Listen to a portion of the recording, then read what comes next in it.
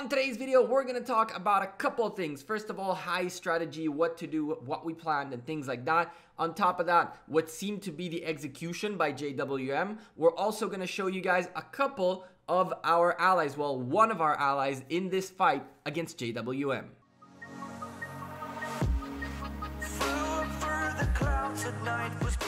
Hey there, YouTube. Welcome back to the Gekko. You guys are watching another rally on this flag. This was 12 hours long.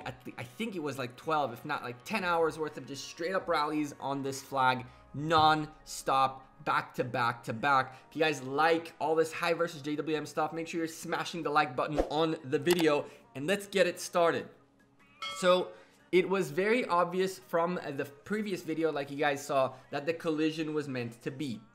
Now, we knew the collision was going to be somewhere up top way before. It was pretty obvious for us that the move by JWM would be, first of all, to lock us out of our pass in some shape or form. And we guessed they would put a fortress there, but didn't really know if they would do it or not. And first thing they did, bam, locked us out of the pass, level 6 pass that's closer to our side, by placing a fort. And then they continued on with the pattern that they did of the flags. We kind of figured that they might continue just wall hopping instead of going around with a few flags from that pass. It made sense to not waste 2 or 3 flags, and more importantly, time of building flags to go around rather than hop that wall. So it made a lot of sense from the beginning. And our idea was to spread both down and up. That way we have an avenue to kind of slow them down, to go head to head with them, and the other one would continue down towards potentially that fort later on. But it was very quickly locked out by JWM, and you guys are slowly going to see in the reports that you're seeing that their numbers slowly started catching up with ours and even passing us. You're seeing right here one of the rallies, and I'm not going to commentate over every single one of these reports, but at this point we had Richard against Richard up top and Yi Song-ye in the back against whatever was on the battlefield, and it worked for a little while. They kept coming at it. What you guys are seeing here though is MM.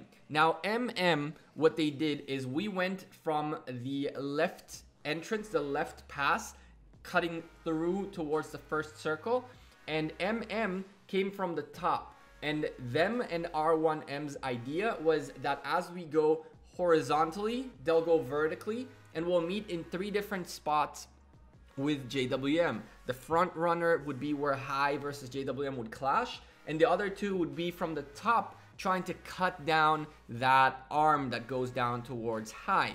Now, cutting down an arm seems so much easier when there aren't a bajillion tier 5 players, and on top of that, tier 5 players with amounts of tier 4s to be able to sustain a rally over and over and over consistently. And we're not talking about one rally on one flag again and again. We're talking about 2 rallies, I think it was even 3 at some point, simultaneously, consistently hitting these 3 flags over and over. The guys from MM are not full tier. They're not like the biggest alliance. They're not the High of Kingdom 58. They're strong players. They are people who migrated to help us out with the fight. They took this alliance and made it what it is. And these guys are unbelievable with the fact that they managed to hold on to this damn flag for so long. As much as we were holding our flag early on, they held it for a little while too. Now, they unfortunately broke before us, but again, we always had 3, 4 plus tier 5s on, at least in the very beginning, so we could pad with tier 5s or tier 4s, and rallies would break faster against us because we could also counter rally and do all these things, which these guys could not do. But still, the fact, think about this for a moment. You are an alliance that migrated into a new kingdom. You have a decent alliance, but you're not like the top alliance of the kingdom. And you are going up against JWM, the biggest, mightiest alliance in the game. And you have the audacity, really the sheer willpower to hold a rally against them. These are guys with maxed commanders, tier 4s and tier 5s out the wazoo, And these guys just kept holding bravely. Can you imagine how many of these marches on the battlefield were tier 5s trying to chunk them out every time they tried to get into the flag? Look at this group. Look at this.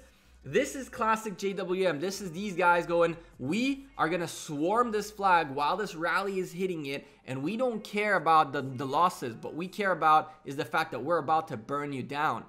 And honestly, these guys held and held and held and held, which was unbelievable. Really, not unbelievable because they're weak or anything like that, because holding a flag for that long against something that is so much stronger than you is pure willpower. And they did not lack willpower or experience in the game to get things done. Now, what you're watching here is slowly and steadily the beginning of the end. Those, you can see that the hits, the people hitting around stopped hitting around, stopped swarming. It did not work very well. And on top of that, MM keeps sending reinforcements to that flag from these buildings around the flag. They actually held a full JWM swarm and rally and lived to tell the story with a secondary rally coming in. You guys can see them right now starting to hit right there, that Minamoto up top with the green sigil. That is a secondary rally that these guys managed to pull through. They did the same thing as much as possible. You can see Premise on our side launching a rally, a counter rally on the rally coming for the flag. And these guys doing exactly what they need to do, counter rallying the rally as much as possible, fill in the flag as much as possible, just holding for dear life and causing as much damage as they could. And they did cause a lot of damage, except for the fact that the people that were focused on this side were a completely different set of people from the ones focusing on us. To the point where I don't believe I saw Pepe, the leader of that rally by JWM. I don't think I saw him on this side at all. I saw him later on in a different avenue that you guys are going to see in a future video of the things that happened in this war. But he never showed up in here, which was really nuts.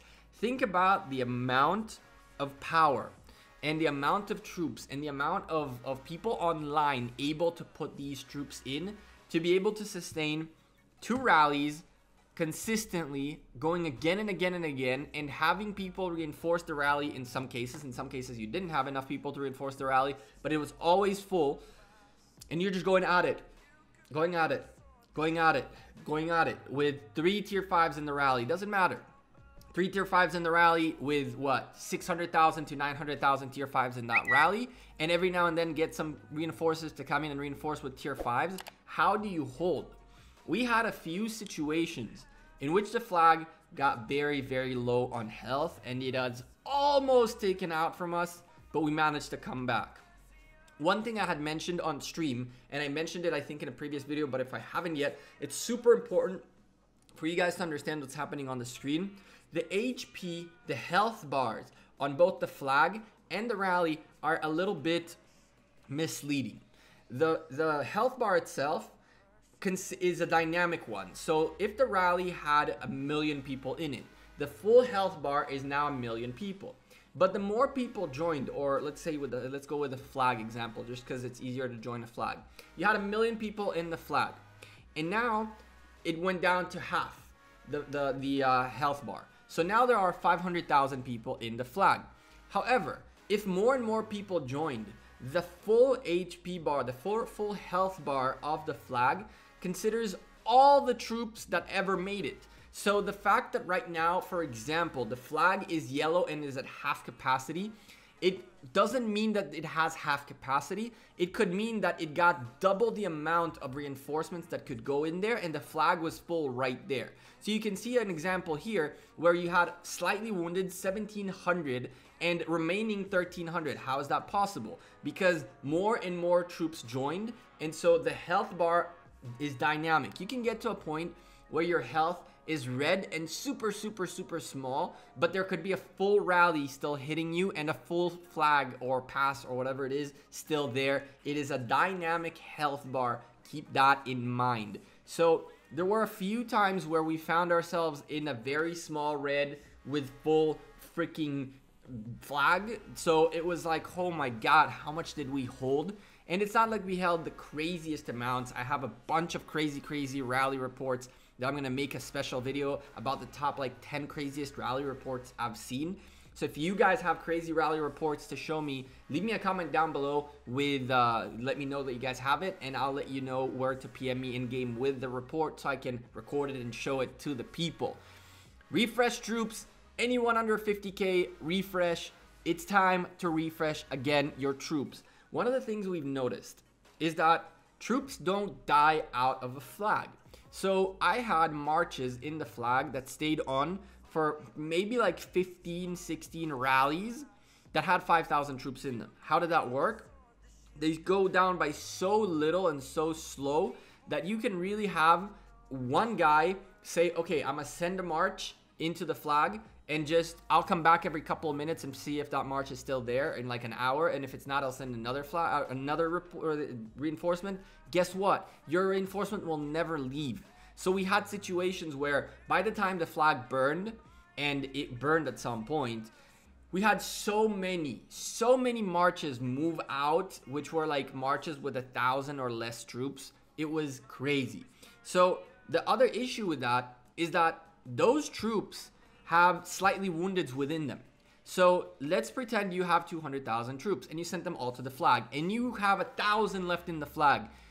If you leave that flag and you go back home, as soon as your troops make it to your city, those slightly woundeds come back to action. So there were so many marches with potential more troops that could have been taken out and brought back in without even healing and having 100,000 more troops. It was absurd. So a tip for you guys is those reinforcing the flags, in between the rallies, refresh your troops. Even if you can't make it instantly back to the flag, send your march out, let the slightly wounded come back, get them close to one of the cities around the flag, and as soon as you can, put that march back in. It took me so long to actually get people to do this, and some people just went AFK and left their troop there. It was a real big shame. But you can't complain, right? Even if someone put an army there and left, it's better than someone who did not. And we ended up finding out that who the real people who want to fight are, and you're seeing them on the screen right now. These are the people who had skin in the game, who lost troops fighting, and funnily enough, like in every alliance in my opinion, there were some people that did not have a single dead troop. Or even worse, that didn't have as many as they should have. It's one of those weird situations where when you're fighting against something that's so much bigger than you, you fall into the idea of losing these troops makes no sense because I will lose regardless. And this is a mentality, as you guys are watching another rally on the MM flag, this is a mentality I really wanted to discuss because I think it's one of the biggest faults in this Lost Kingdom. I'm seeing more and more people who are migrating towards a stronger alliance because they want to be in a winning alliance rather than in a competitive alliance. Now, obviously, we all want the rewards. We all want the rewards. And quite honestly, I am even thinking about doing something like that myself. But I did not think for a moment to leave before the fight happened.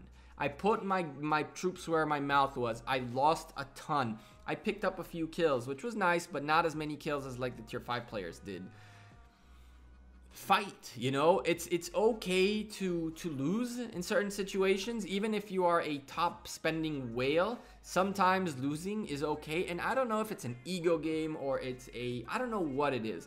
But I honestly am very proud of the players in high that honestly knew we are walking onto the train track with the train coming at us at full force, and we did hold it. It eventually ran us over, right? But we did hold it, and we did fight, and we did do everything we can. And even MM, who finally lost control of this flag, well, it only burned the first time, right? There's still plenty of time to extinguish it, refill it, get it re-rallied and stuff like that, which is what they did. But my point is, losing your troops to have this experience is worth it more than you think.